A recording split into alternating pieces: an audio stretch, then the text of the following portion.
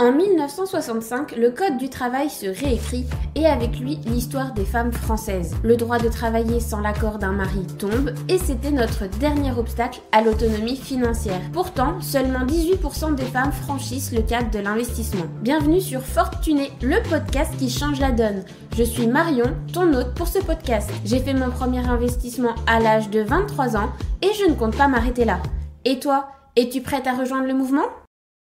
Bonjour à toi chère auditrice, j'espère que tu vas bien, je suis ravie de te retrouver pour ce deuxième épisode au sujet des crypto-monnaies. Et d'ailleurs aujourd'hui on va s'attarder sur les deux géants du monde des crypto-monnaies qui sont le Bitcoin et l'Ethereum. Que tu n'aies jamais investi en crypto ou que tu sois simplement curieuse, cet épisode va te donner les bases pour comprendre ces deux monnaies numériques révolutionnaires. Et commençons sans plus tarder par le Bitcoin, qui est la première monnaie numérique, la première crypto à avoir été créée. On se rappelle vite fait le dernier épisode.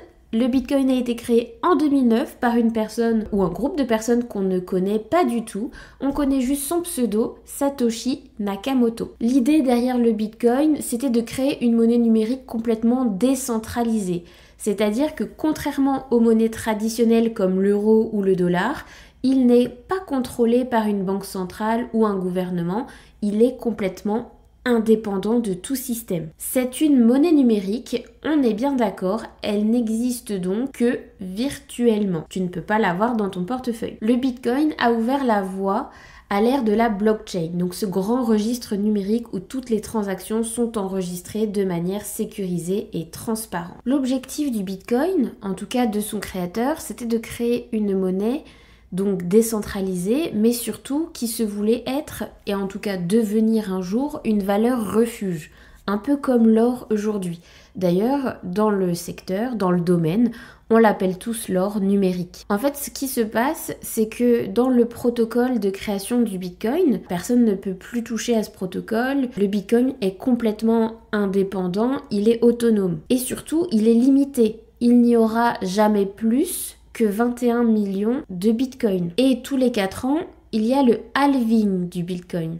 C'est un événement que tous les crypto-addicts attendent avec impatience, puisqu'en fait, ce halving, c'est le fait de brûler une partie des jetons Bitcoin. C'est-à-dire qu'il y a eu un certain nombre de Bitcoin de créés, et tous les 4 ans, on va détruire de moitié sa production. Ce qui veut dire que le Bitcoin va devenir de plus en plus rare. Ça a pour objectif, bien évidemment, de faire monter la valeur et la rareté du Bitcoin pour qu'un jour, elle devienne aussi stable que finalement l'or qu'on connaît aujourd'hui. On comprend bien pourquoi Satoshi Nakamoto est un pseudonyme et qu'on ne connaît pas la personne réelle, et j'espère vraiment que cette personne est restée anonyme et a réussi à passer sous les radars, puisque tu te doutes bien que créer une telle crypto-monnaie, si son objectif arrive à terme, va venir consolider l'ensemble du système des crypto-monnaies et donc de ce système monétaire complètement indépendant, complètement parallèle à tous les autres gouvernements, et forcément, pas besoin de te faire un dessin, mais ça va devenir très politique, puisque tout ce qui échappe au gouvernement avec un S, ça ne va pas trop leur plaire.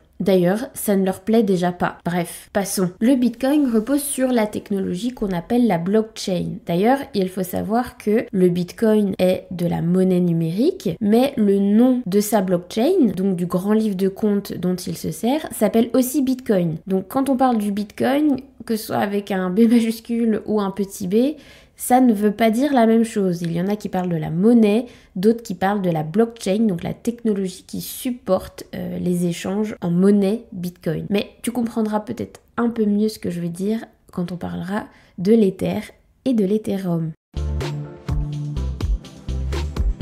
Si maintenant on regarde un peu du côté de l'Ethereum, lui, il a été créé en 2015 par Vitalik, son créateur. Ethereum, en fait, ce n'est pas une crypto-monnaie, c'est une blockchain. Sa technologie permet de créer des contrats intelligents, ou aussi en anglais comme on les appelle normalement, des smart contracts, qui s'exécutent automatiquement lorsque certaines conditions sont remplies, sans aucun intermédiaire. Dit comme ça, ce n'est pas forcément très concret pour les moldus que nous sommes peut-être. Pour te donner une idée concrète, imagine une plateforme de crowdfunding décentralisée sur Ethereum, donc la blockchain, où les fonds ne sont libérés que si le projet atteint ses objectifs de financement. Et il va se libérer tout seul, sans aucune manipulation, intervention humaine. Ça ne dépend d'aucun humain, ce qui rend finalement ces systèmes monétaires ou ne peut plus fiables, tu te doutes. Si on prend un autre exemple, peut-être un peu plus concret, dans l'immobilier, un contrat intelligent pourrait transférer automatiquement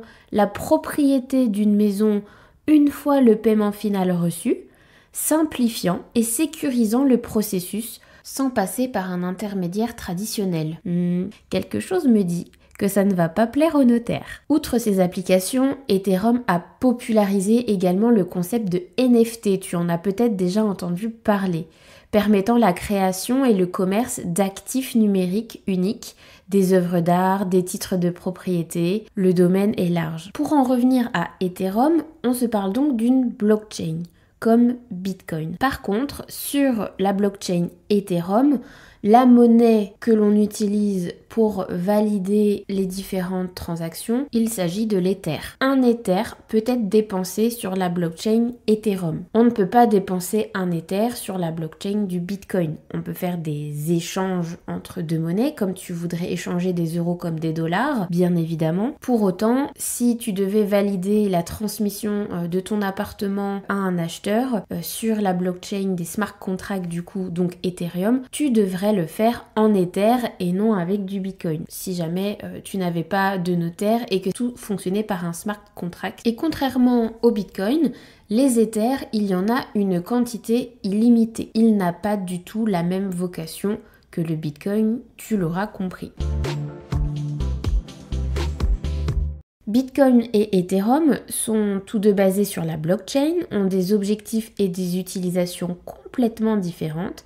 Bitcoin, c'est principalement une monnaie numérique et une réserve de valeur qui se veut devenir aussi stable que de l'or à terme. Ethereum, en revanche, c'est une plateforme sur laquelle opèrent de nombreuses applications décentralisées et innovations grâce à des contrats intelligents. En termes d'investissement, Bitcoin offre une option plus stable et établie, tandis qu'Ethereum présente un potentiel de croissance et d'innovation plus fort que le Bitcoin, mais forcément avec un niveau de risque associé. Chacun a sa place dans le monde de la crypto et comprendre leurs différences est crucial pour tout investisseur potentiel. Le Bitcoin et l'Ethereum sont finalement les deux cryptos les plus connus, les deux grands piliers du monde des crypto-monnaies. Si tu es très frileuse de ce côté-là au niveau des investissements, si tu n'aimes pas ou si tu n'as pas un profil très risqué, la crypto-monnaie, ce n'est pas vraiment un investissement que je te recommande. Maintenant, si tu tolères un petit risque, tu vas plutôt effectivement te baser sur ces deux cryptos-là, le Bitcoin et l'Ethereum. Si tu n'aimes pas du tout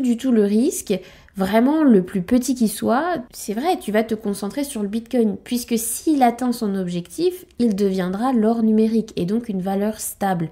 Mais il a encore un beau potentiel de croissance avant d'y parvenir, car les halvings ne sont pour l'instant pas terminés. D'ailleurs, le prochain halving, au passage, est en mars 2024. Je te laisse donc cogiter sur cette information.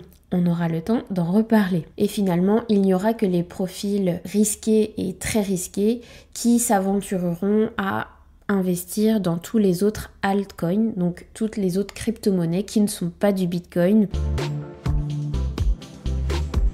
Il faut adapter la diversification de ton portefeuille crypto-monnaie en fonction de ton profil de risque. D'ailleurs, si tu ne le connais pas, si tu ne sais pas de quoi je parle, c'est que tu n'as pas encore téléchargé le guide, le quiz gratuit qui est dans les notes des épisodes de podcast ou sur tous les profils de réseaux sociaux Instagram et LinkedIn de Fortuné qui te permet de répondre à un quiz, de déterminer ton profil investisseuse, de planifier un peu tes objectifs financiers et de voir si ton profil colle bien avec tes objectifs.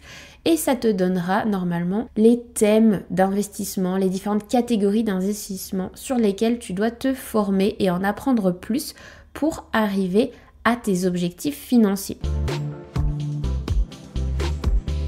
Forcément, moi, les cryptos font partie de mon profil de risque, mais encore une fois, je n'investis que de l'argent que je n'aimerais pas perdre, mais que si je le perds, ça ne change rien à ma vie personnelle. Ça, c'est le maître mot de chacun de mes investissements. À chaque fois, il y a des crashs, à chaque fois, il y a des mauvaises nouvelles. Il faut le savoir, que ce soit en bourse, en immobilier, en crypto-monnaie, il n'y a pas un secteur qui est épargné. Même ton livret A, en pleine crise d'inflation, ton argent vaut moins sur ton livret A qu'il ne le vaut en période de déflation et de pleine croissance. Aucun actif n'échappe aux aléas économiques. Et pour ça, il faut toujours placer de l'argent que tu peux perdre, même si tu ne souhaites pas le perdre.